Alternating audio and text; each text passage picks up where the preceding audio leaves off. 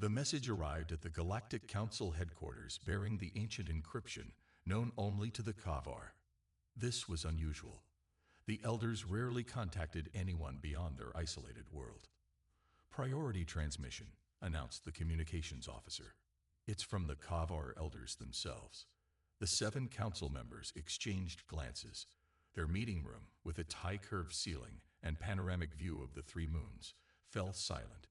Even the oldest among them had only seen 2 direct communications from the elders in their lifetimes.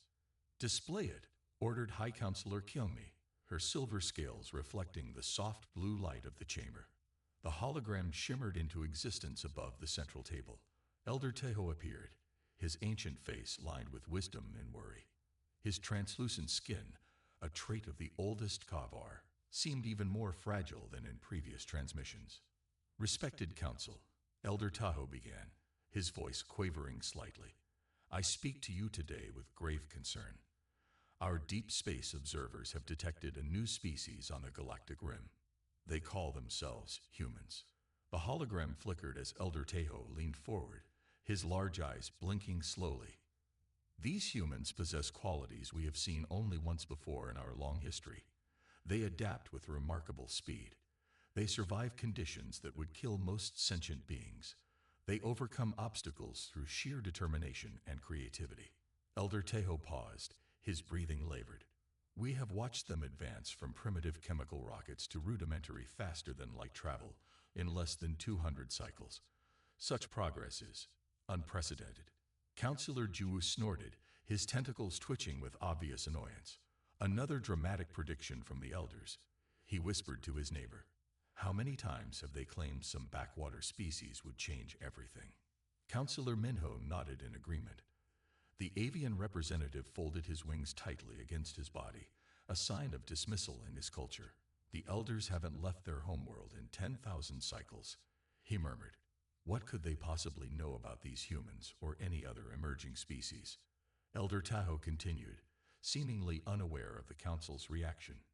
"We have analyzed their history. These humans have nearly destroyed themselves multiple times, yet each crisis made them stronger. They turned weapons of mass destruction into power sources.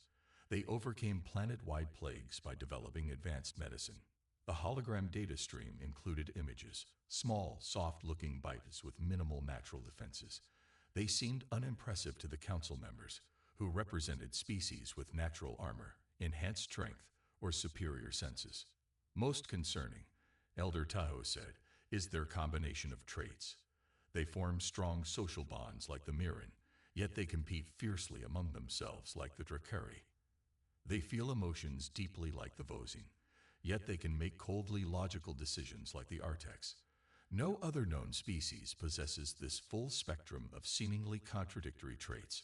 High Counselor Kyungmi leaned forward. "What action do you suggest, Elder Tayo? Should we contact these humans? Contain them?" "Observation," Elder Tayo replied. "Careful, distant observation. If they follow the pattern we fear, direct intervention will only accelerate their advancement. When threatened, humans become most dangerous." Counselor Deho, the youngest member, laughed openly. "They look so fragile. No claws, no venom, thin skin. How dangerous could they be?" Elder Tahoe's expression grew grave. "This attitude is precisely why I am concerned. You see their physical limitations but miss their true strength. Their adaptability makes standard predictive models useless. Their creativity makes them unpredictable. The elders have always been cautious to a fault," Counselor Juwu whispered. "They see threats in shadows." The hologram began to break up, the transmission weakening. "We will send detailed reports on human behavior and advancement. Study them carefully," Elder Teho urged. "We have seen this pattern before, in the ancient times. The results were catastrophic. Thank you for your warning, Elder Tayo," High Counselor Kyungmi said formally. "The council will consider your advice." As the transmission ended, the council members began to speak all at once. "Ridiculous. The elders live in the past. We have real problems to address." High Counselor Kyungmi raised her hand for silence. "The elders have earned our respect, if not always our agreement. We will file this warning and assign a low-level observation team to this human planet. The matter was settled quickly. Reports of border disputes between the Zentari and Juraxian territories seemed far more pressing than some unknown species on the rim. The counselors moved on to the next agenda item. What none of them noticed was the final few seconds of Elder Tahoe's transmission, partially corrupted but still in the record. Ignore us at your peril. We have seen their kind before. The similarities are unmistakable. They are coming, and nothing in this galaxy will stop them. In their central archive, those words were filed away with countless other warnings and prophecies, forgotten as the Council went about its business. The observation team assignment was downgraded twice before being assigned to an automated probe system. 3 cycles later, when the first human exploration vessel appeared at the edge of Juraxian space, the Council would remember Elder Tahoe's warning. By then, it would be too late to heed it. Captain Doyun stretched his 4 arms in the command chair of the Juraxian trading vessel Swiftwind. The ship hummed peacefully as it moved through the quiet sector near the outer rim. This route was rarely used by other traders, which was exactly why Doyun preferred it. Less traffic meant fewer inspections, fewer pirates, and better profits. Captain, we're detecting an anomaly ahead, reported First Officer Yunji, her scales shifting to a concerned blue-green. Unknown ship signature. It doesn't match any registered vessel in our database. Doyun's head frills extended in surprise. Show me. The main screen displayed a vessel unlike any Doyun had seen in his 30 cycles of space travel. It was smaller than the Swiftwind, with smooth lines and what appeared to be rotating sections. No obvious weapons were visible, but several dish-like structures suggested advanced sensors. Are they moving toward us? Doyun asked, his frills now flat against his head in caution. No, Captain. They appear to be holding position, almost as if they're waiting. The bridge crew fell silent. Unknown vessels usually meant trouble, pirates, smugglers, or worse, but this ship made no aggressive moves. Scan for life signs, Doyun ordered. Yunji worked her console, then looked up in confusion. Life signs detected, but they're strange. Carbon-based, oxygen-breathing, but the patterns don't match any known species. Doyun considered his options. The trading company rules were clear. Avoid unregistered contact, report to the nearest outpost, and continue on course. Breaking those rules could cost him his captain's license, but curiosity had always been Doyun's weakness. Establish communication, he ordered. Captain, regulations state. Yunji began. I know the regulations, First Officer. Establish communication. The screen flickered as the unknown ship accepted their signal. The image that appeared caused all 4 of Doyun's arms to tense in surprise. The creature had no scales, no fur, no natural armor, just bare skin except for patches of hair on the top of its head. Its eyes were forward-facing like a predator's, but they showed no signs of aggression.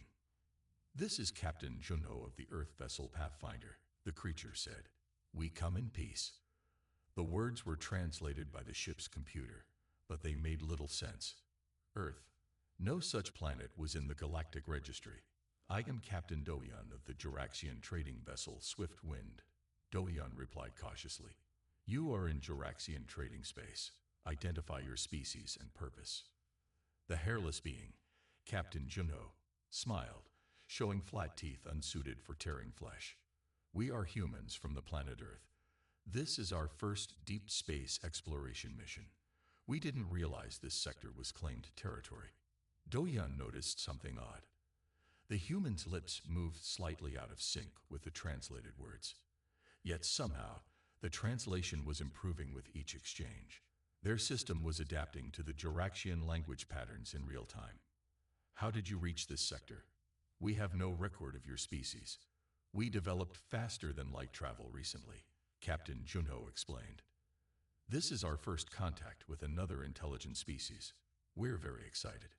The human's face displayed an expression Doyun couldn't interpret. Was it fear? Anticipation? The lack of scales or frills made their emotions difficult to read. Would it be possible to meet in person? Junho asked. We have docking capabilities if you're willing. Every trading instinct told Doyun to refuse. Unknown species meant unknown risks. Yet something about these humans intrigued him. We will prepare our shuttle bay, Doyun decided. You may bring 3 representatives, unarmed. Hours later, Doyun stood amazed as the human delegation not only learned basic Jiraxian greeting phrases, but had begun picking up complex trading terminology. Their ability to mimic Jiraxian speech sounds, despite having completely different vocal structures, was remarkable. Your ship's propulsion system is fascinating, said one human, a female named Jia. The plasma containment design is similar to something we theorized but never implemented.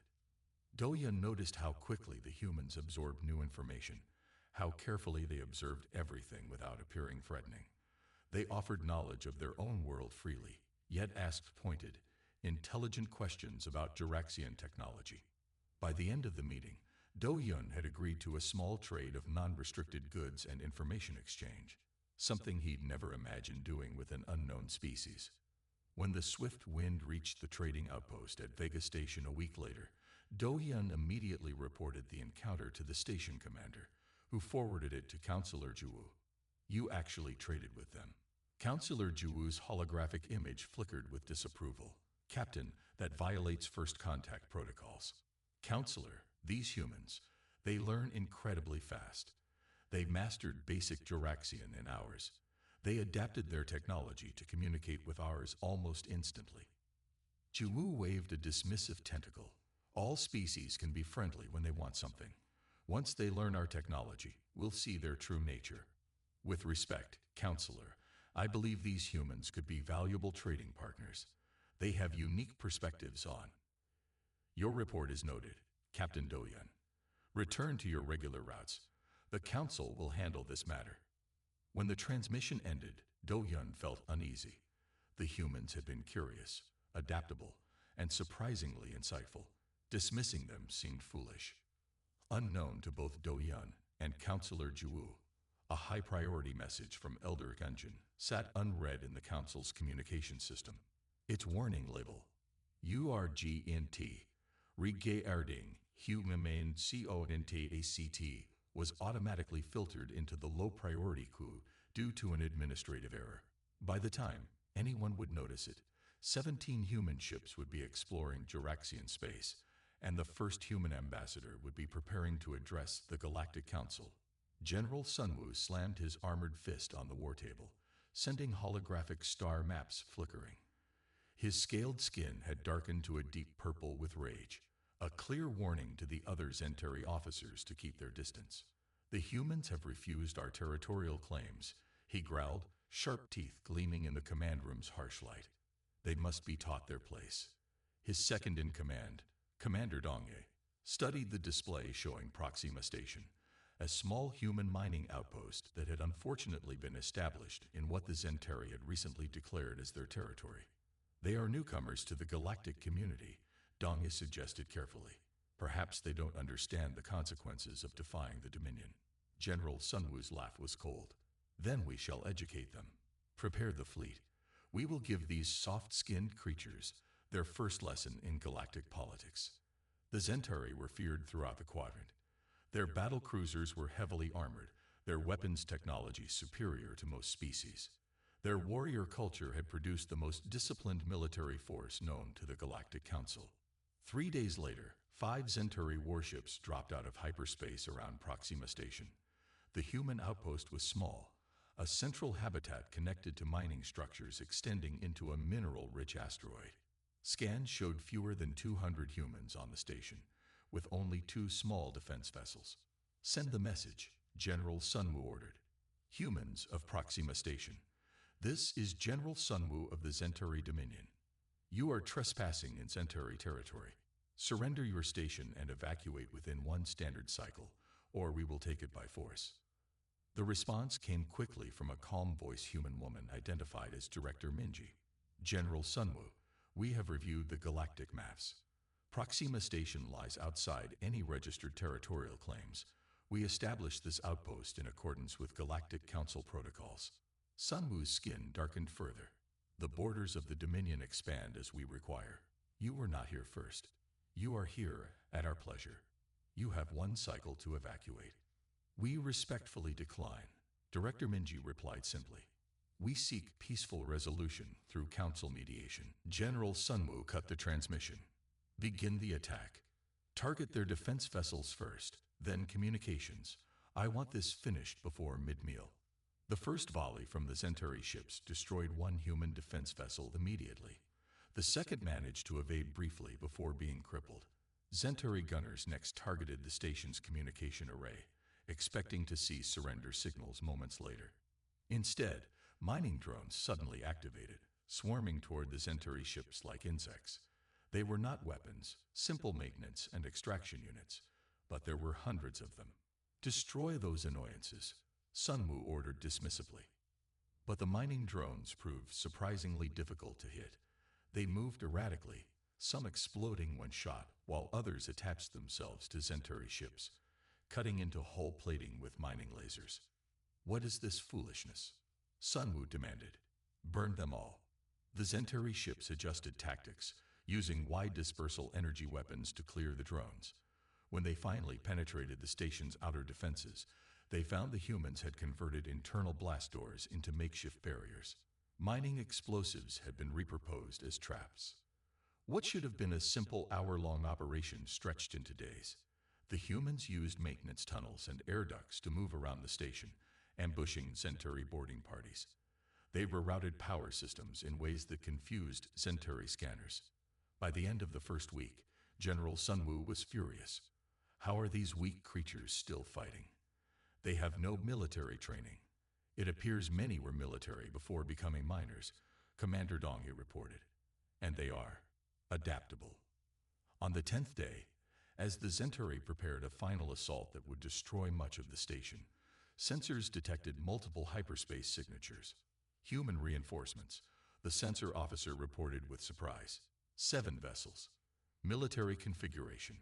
General Sunwoo smiled coldly. Good. Now we can crush their pathetic fleet properly. But the human ships did not behave as expected.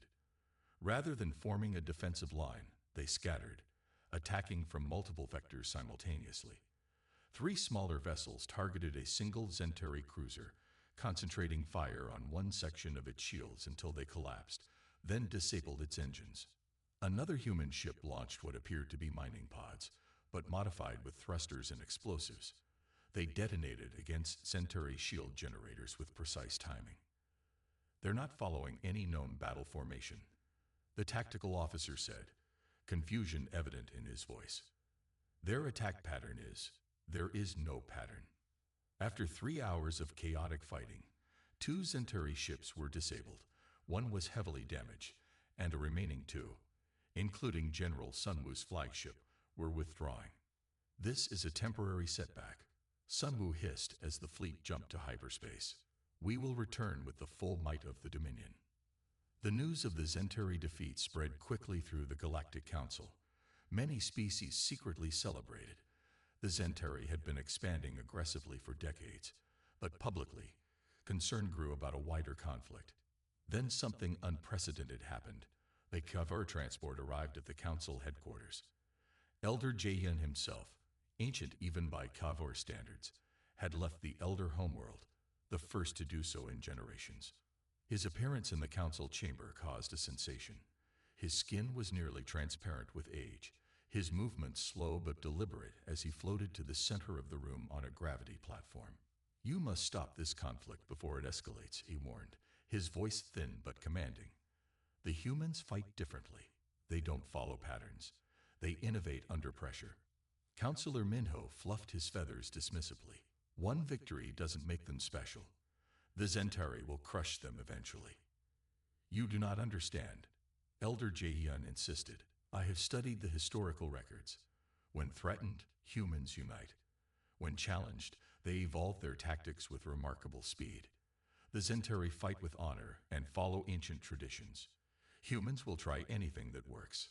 The council chambers filled with murmurs. Elder Jaehyun's words echoed those of Elder Taho's warning from years earlier. What would you have us do? High Counselor Kyungmi asked. Mediate. Establish boundaries. Integrate the humans into the existing order before conflict defines their relationship with the galaxy, Elder Jaehyun replied, or watch as they redefine that order themselves. As the council debated, reports arrived of Zentari fleet movements. General Sunwoo had not waited for diplomacy. The first major interstellar war involving humans was about to begin, with consequences no one, except perhaps the elders, could predict. The emergency session of the Galactic Council began with chaos.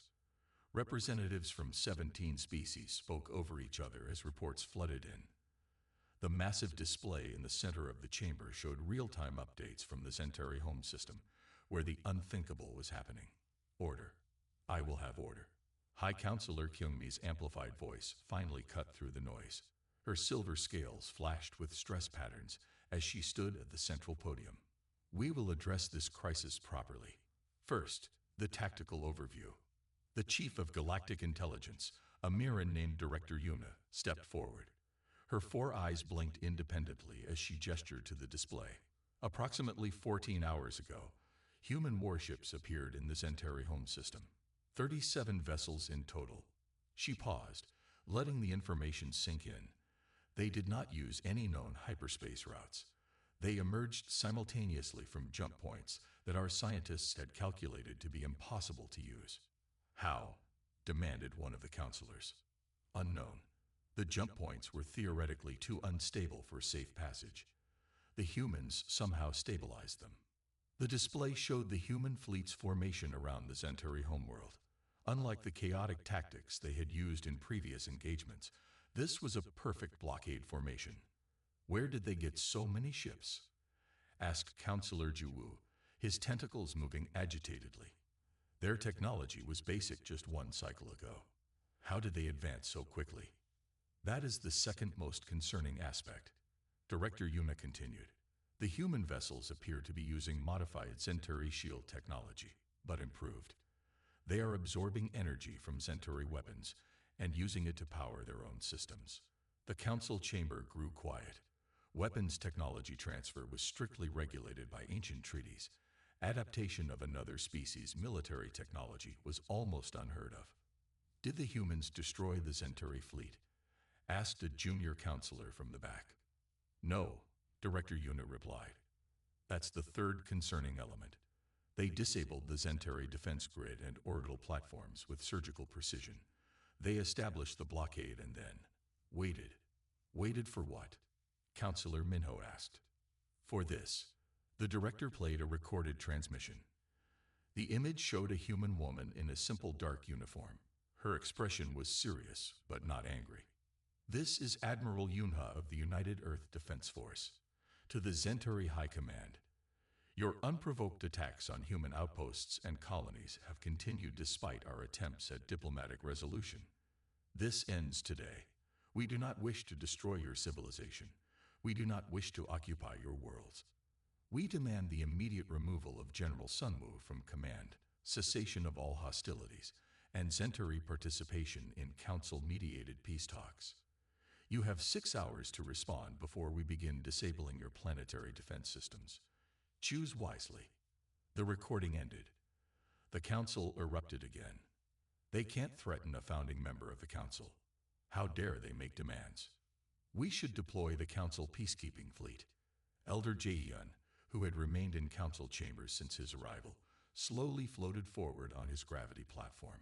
His presence immediately quieted the room. The ancient Kavar rarely spoke, but when they did, even the most powerful counselors listened. You still do not understand what you are witnessing, Elder Jaehyun said, his voice thin but clear. This is not aggression. This is adaptation. They are threatening to attack a homeworld. Counselor Juwoo protested. How is this not aggression? Elder Jaehyun gestured weakly, and a Chavar assistant stepped forward with a data crystal. With the council's permission, I would like to share historical records from our archives. High Counselor Kyungmi nodded, and the crystal was inserted into the chamber systems. The main display changed to show ancient text and images. Because they were attacked, they united. Elder Jaehyun explained as the images showed human historical events. Because they were threatened, they innovated. In human history, their greatest achievements came from their darkest moments. The display showed primitive humans creating tools, building increasingly complex structures, developing medicine and technology. Each major advancement seemed to coincide with some crisis or conflict. When resources grew scarce, they developed new forms of agriculture. When disease struck, they created vaccines. When war threatened their existence, they built systems of international cooperation. Then the display shifted to show another species, one none of the counselors recognized. Bipedal, like humans, but with smoother features and 6 fingers on each hand. The Viridian, Elder Jaehyun said. They existed 70,000 cycles ago. They showed the same adaptive patterns, the same cooperative competitive duality, the same rapid technological growth. More species appeared on the screen. The Telosians, the Rin, the Proto-Kavar, all shared certain traits with humans. All had risen quickly in technological capability when challenged. These records show 5 species with patterns similar to humans. Elder Jaehyun continued. None except the Kavar exist today as they were then. What happened to them? Asked a subdued Counselor Minho, his feathers flat against his body.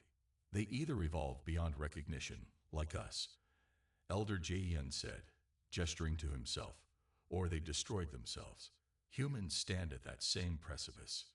The chamber fell silent as the implications became clear. The Proto-Kavar nearly annihilated themselves in a war that lasted 3 generations. Elder Jaehyun explained. Those who survived chose a different path, the path of contemplation, stability, and extremely slow, careful progress. We removed the competitive drive from our genetics. We became the elders you know today. And the others? High Counselor Kyungmi asked. The Viridians achieved such technological advancement that they transcended physical form entirely. The Telosians and Rin destroyed themselves through war, leaving only ruins.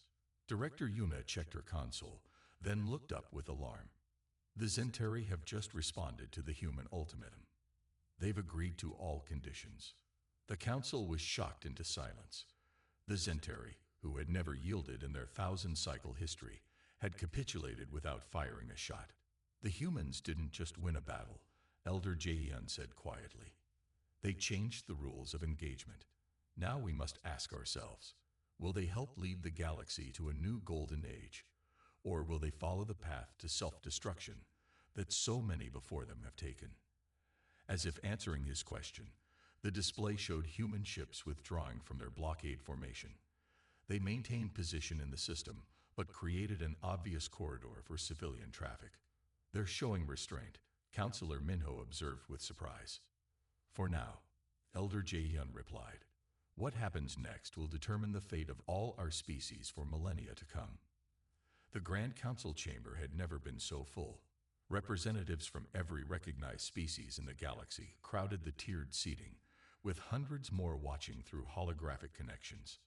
The room hummed with nervous energy as they awaited the arrival of both the Zentari delegation and the humans who had somehow forced the mighty Dominion to surrender. The final battle had been brief but decisive. After months of conflict, the Zentari had gathered their remaining forces for one massive assault against the human colonies. They had expected to face only the human fleet. Instead, they encountered a coalition of ships from a dozen different species, some who had never before involved themselves in galactic conflicts. As the chamber doors opened, the assembled representatives fell silent.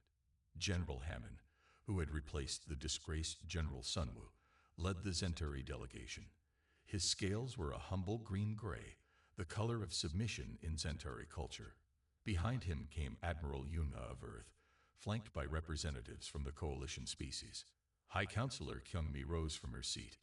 This emergency session of the Galactic Council will address the conclusion of hostilities between the Zentari Dominion and Earth, as well as proposals for a new galactic structure. General Hammond stepped forward first. The Zentari Dominion acknowledges its defeat, he stated formally. We have signed the peace accords as presented by the human-led coalition. Murmurs spread through the chamber. The Zentari Dominion had existed for thousands of cycles. Their military had never been defeated. Many representatives had expected them to fight to the last ship. Admiral Yuna stepped to the central podium next. She was small compared to many of the alien representatives, lacking the impressive physical features of scales, wings, or multiple limbs. Yet every eye in the chamber focused on her. Representatives of the Galactic Council, she began, her voice calm but carrying throughout the room. I stand before you not as a conqueror, but as a neighbor. Earth did not seek this conflict. We defended ourselves when attacked, as any species would.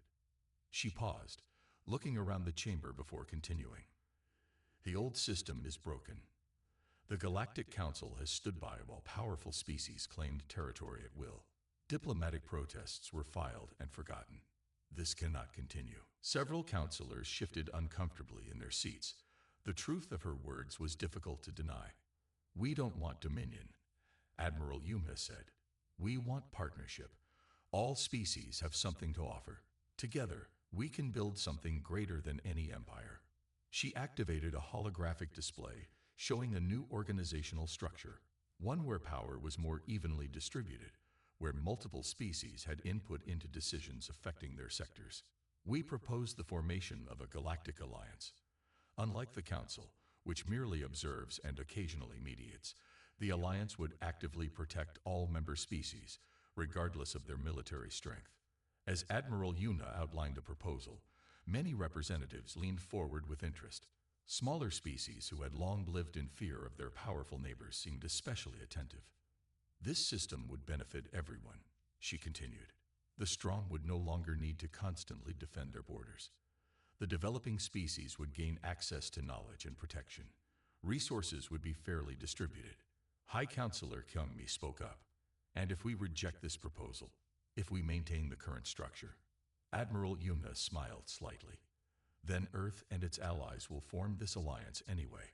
Those who wish to join us may do so. Those who don't will miss the opportunities that cooperation brings. It wasn't a threat, not exactly. But the implication was clear. The debate lasted for days. The Zentari representatives argued against change, but their position was weakened by their defeat. Smaller species eagerly supported the human proposal. Mid-level powers calculated their potential gains and losses. What tipped the balance was the unexpected arrival of Elder Tahoe himself. Unlike Elder Jaeyun, who had remained on the council station since his arrival, Elder Tahoe had not left the Kavar homeworld in living memory. His appearance, frail, ancient, but commanding respect, hushed the chamber instantly. The Kavar elders support the human proposal, he announced simply, and we will do more than observe. For the first time, in 50,000 cycles, we will actively participate. The impact was immediate. The Kavar were revered for their wisdom and ancient knowledge. If they were willing to emerge from isolation, something truly significant was happening. The vote to dissolve the old council and form the Galactic Alliance passed with an overwhelming majority. In the months that followed, the galaxy transformed. Kavar scientists worked alongside human innovators, combining ancient wisdom with fresh perspectives. Centauri military experts collaborated with strategists from smaller species to create a joint defense force. Trade flourished as barriers fell. One cycle after the final battle, Councillor Juwu, now Representative Juwu of the Alliance Assembly, approached Elder Tahoe during a celebration marking the Alliance's founding. You were right about them, Councillor Juwu admitted, his tentacles moving in a gesture of respect. They were unstoppable.